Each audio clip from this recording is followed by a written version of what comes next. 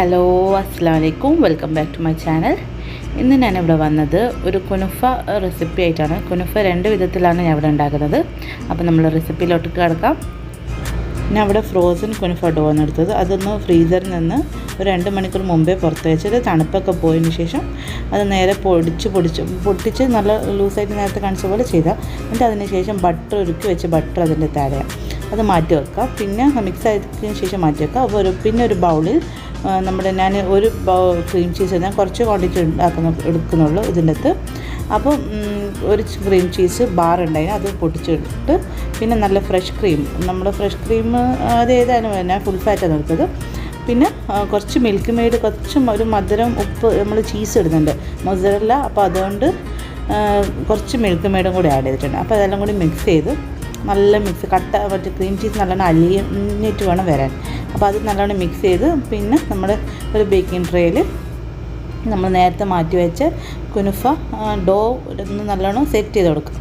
അതൊന്ന് കുഴിച്ചിട്ട് വേണം ചെയ്യാൻ. എന്താണെന്ന് വെച്ചാൽ ഇതിൻ്റെ മേലെ പിന്നെയും നമ്മൾ ആഡ് ചെയ്യും, ക്രീമൊക്കെ ആഡ് ചെയ്തതിന് ശേഷം പിന്നെ ഇതിടുന്നതുകൊണ്ട് സെറ്റ് ആയിട്ട് വരാൻ വേണ്ടിയിട്ട് നടുവിൽ നല്ലോണം കുഴിച്ച് സൈഡിലേക്ക് നല്ലോണം ഒരു കുഴി പോലെ ആക്കിയിട്ട് വേണം നമുക്കിത് സെറ്റാക്കാൻ. ഇതൊരു അറബിക് സ്വീറ്റാണ്. ഇത് നമുക്ക് കുനുഫ ഡോ കിട്ടുന്നില്ലെങ്കിൽ നമുക്ക് വർമസില്ലി, അതായത് നമ്മൾ സേമിയനെ കൊണ്ട് ഉണ്ടാക്കാൻ പറ്റും. ബ്രെഡോട് ഉണ്ടാക്കുന്നുണ്ട്. അപ്പം ഞാനിപ്പോൾ കുനുഫ ഡോനെ കൊണ്ടാണ് ഉണ്ടാക്കുന്നത്. ഇത് കയ്യിലുണ്ടായിട്ടുണ്ടായിന്, അപ്പോൾ അതുകൊണ്ട് തന്നെ ഉണ്ടാക്കുന്നത്. അപ്പോൾ നമ്മൾ ക്രീം അതിനകത്തേക്ക് ആഡ് ചെയ്യാം.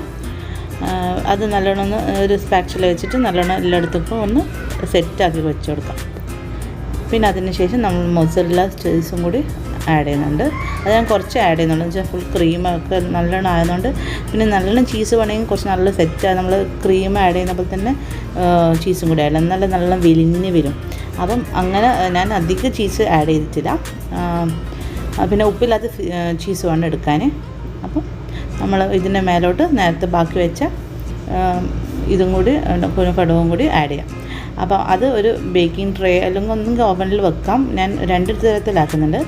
അപ്പോൾ ഞാനൊരു ചെമ്പിൽ ഉപ്പിട്ട് അതൊന്ന് ചൂടായതിന് ശേഷം ഇത് അതിനകത്തേക്ക് ബേക്കിംഗ് ട്രേ അതിനകത്ത് വെച്ചിട്ട് അതൊരു 20-25 മിനിറ്റിലേക്ക് ചെറിയ ഫ്ലെയിമിലേക്ക് മാറ്റി വെച്ചിട്ടുണ്ട്. ഇനി കുനുഫ ബൈറ്റിന് വേണ്ടിയിട്ട് ഞാൻ കപ്പ് കേക്കിൻ്റെ കപ്പ് എടുത്തിട്ടുണ്ട്. അതിനകത്ത് നേരത്തെ വെച്ച കുനുഫൻ്റെ ഡോ സെറ്റാക്കി വെച്ചിട്ടുണ്ട്. ഞാൻ 3 തരം വെക്കുന്നത്, ചോക്ലേറ്റിൻ്റെതും പിന്നെ സ്ട്രോബെറി പിന്നെ വെനില കസ്റ്റർഡ് എല്ലാം, ഇത് 3 ഫ്ലേവർ ഞാൻ എടുത്തിട്ടുണ്ട്. അപ്പം അത് അന്ന് അടിയിൽ വെച്ച് പിന്നെ കുനുഫ ഡോ ഇതിൻ്റെ മേലയിലേക്ക് ഇടുക ചെയ്യുന്നത്. അപ്പം നമുക്ക് ഓരോ കപ്പിൽ ഡോ വെച്ച് പിന്നെ കസ്റ്റേർഡിൻ്റെ മിക്സ് മേലെ വെച്ച് എന്നിട്ട് പിന്നെ ഇതിൻ്റെ മേലെ പിന്നെയും ഡോ വെക്കാം. അങ്ങനെ 3 തരം സെറ്റാക്കാം. ഇത് സെറ്റ് ആക്കി വെക്കുമ്പോൾ ഞാൻ അവിടെ ഓവന് പ്രീ ഹീറ്റ് ചെയ്തിട്ട് വെച്ചിട്ടുണ്ട്. ഒരു 5 മിനിറ്റ്സേക്ക് ഞാൻ പ്രീ ഹീറ്റ് വെച്ചിട്ടുണ്ട്. ഓവൻ എന്ന് പറഞ്ഞാൽ ഞാൻ എയർ ഫ്രയറാണ് എടുക്കുന്നത്. അത് ഓവൻ മോഡിലേക്ക് മാറ്റാണ്.